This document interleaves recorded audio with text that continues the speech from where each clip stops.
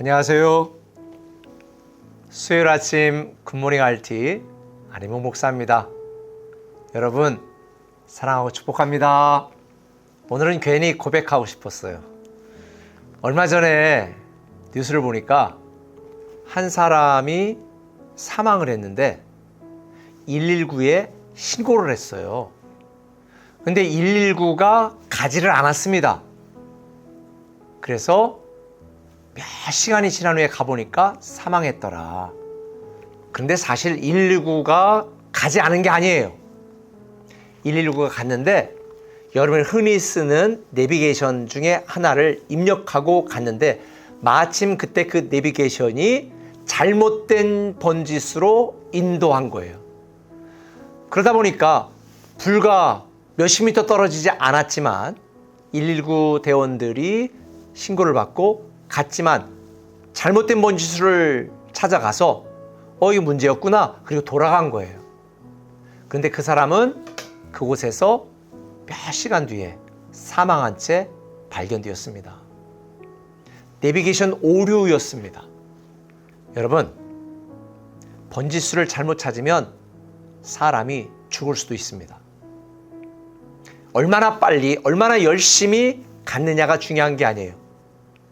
번지수가 맞지 않으면 잘못됩니다. 언젠가 제가 말씀드렸지만 우리 집에도 밤 자는데 새벽 2시에 띵똥띵똥을 계속 이 번호키를 누르니까 이게 띡띡띡띡 계속 그러잖아요.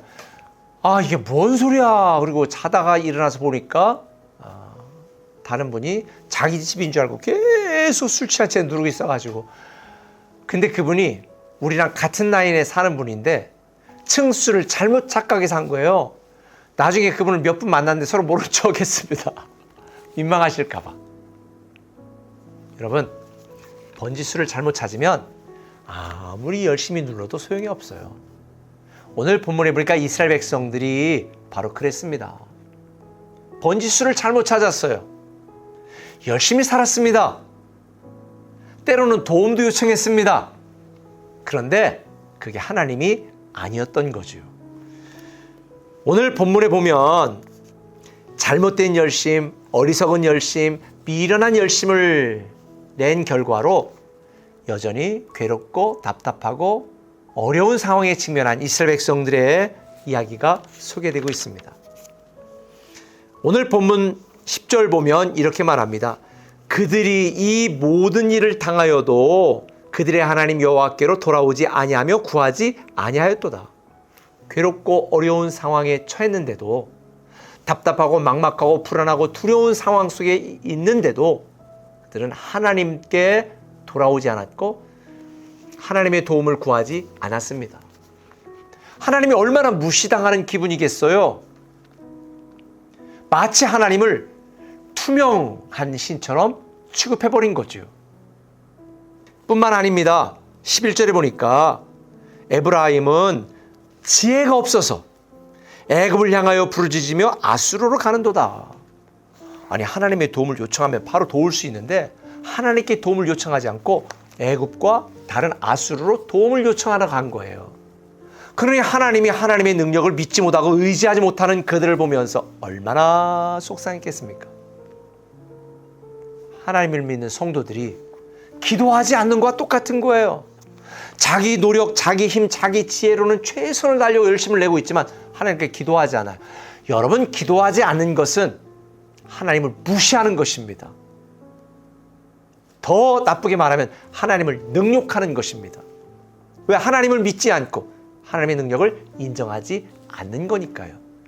여러분을 위해 일하시는 하나님의 일하심을 믿지 않으면 하나님께 기도하지 않지요. 시간이 없다고요? 아니요. 믿음이 없는 거예요. 기도할 줄 모른다고요? 아니요. 하나님을 믿지 못하는 거예요. 하나님을 믿으면 하나님께 기도하게 되어 있고 하나님을 찾게 되어 있어요. 그런데 이스라엘 백성들은 구하지도 않고 찾지도 않았어요. 오히려 13절에 보니까 그들이 나를 떠나 그릇 같음이라. 내가 그들을 건져주려 하나 그들이 나를 거슬러 거짓을 말했다. 심지어 투명한 신처럼 취급하고 하나님을 무시하고 능력도 외면하는 그들을 하나님이 가서 내가 도와줄게, 그랬는데 이스라엘 백성들은 오히려 필요 없습니다 라고 주님의 도움을 거부했습니다. 완전히 주님이 무시를 당한 거죠. 여러분도 마찬가지예요. 주님께 기도하지 않고 주님께 도움을 요청하지 않는 것, 주님을 무시하는 것입니다. 여기에 머문 게 아니에요. 15절에 보니까 가관입니다. 내가 그들 팔을 연습시켜 힘있게 하였으나 그들은 내게 대하여 악을 꾀하는도다. 하나님 이스라엘 백성들을 축복했는데 오히려 하나님을 대적하고 하나님께 반항한 거예요. 하나님이 여러분들에게 지혜도 주시고 물질도 주시고 능력도 주시고 재능도 주시고 결혼도 하게 하시고 사업도 하게 하시고 자녀도 키우게 하셨는데 오히려 하나님께 감사하는 것 대신에 그것을 하나님 없이 내 마음대로 내 뜻대로 살 수 있다고 오히려 놀러 다니고 하나님을 외면하고 하나님을 섬기지 않고, 지금 이스라엘 백성들의 모습이 아니라 사실 우리의 모습인 거예요. 많은 사람들이 하나님보다 자신의 판단, 자신의 생각을 더 신뢰합니다. 하나님의 뜻, 하나님의 계획에는 관심이 없어요. 하나님이 무엇을 기뻐하시는지에 대해서는 관심이 없어. 단지 내가 원하는 것, 내가 하고 싶은 것, 그걸 이뤄달라는 거예요. 자기 생각, 자기 판단, 자기 감정을 더 중요하게 여겨요. 하나님이 얼마나 슬퍼하십니까? 여러분, 번지수 잘 찾아야 됩니다. 여러분 영적인 신앙의 번지수 잘 찾아야 됩니다. 여러분 지금 잘못된 열심, 왜곡된 열심, 미련한 열심, 육적인 열심만 내고 있는지, 정말 교회를 위하고 하나님을 위한 것인가? 이 생각을 한번 해보세요. 저는 목회적으로 혹시 문제가 생기거나 갈등의 상황이 생기면 그걸 어떻게 해결하고 내가 어떻게 이길까 이런 생각하지 않고요. 내가 왜 목사가 됐지? 내가 왜 여기서 목회를 하고 있지? 이 질문을 던집니다. 제가 목회하고 제가 목사가 된 것은 내 자존심 살리고 내가 원하는 바를 성취하기 위함이 아니라 어떻게 하면 교회를 세우고 어떻게 하면 성도들을 더 하나님을 잘 섬기도록 만들 것인가. 이게 제 목표이기 때문에 죽고 사는 문제 아니고 신앙 윤리적인 문제가 아니라면 저는 다 양보할 생각으로 여태까지 목회를 합니다.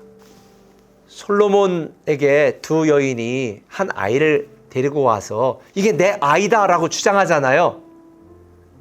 그러니까 솔로몬이 뭐라고 판결해요? 그럼 반 갈라서 하나씩 반씩 나눠 가져.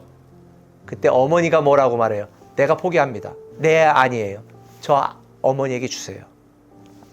근데 상대는 뭐라고 말해요? 반 갈라주세요. 누가 진짜 어머니인가요? 사랑하면 포기하고 사랑하면 헌신해요. 사랑하면 양보하거든요. 여러분, 주님이 우리에게 원하시는 건 많은 걸 원하는 게 아니에요.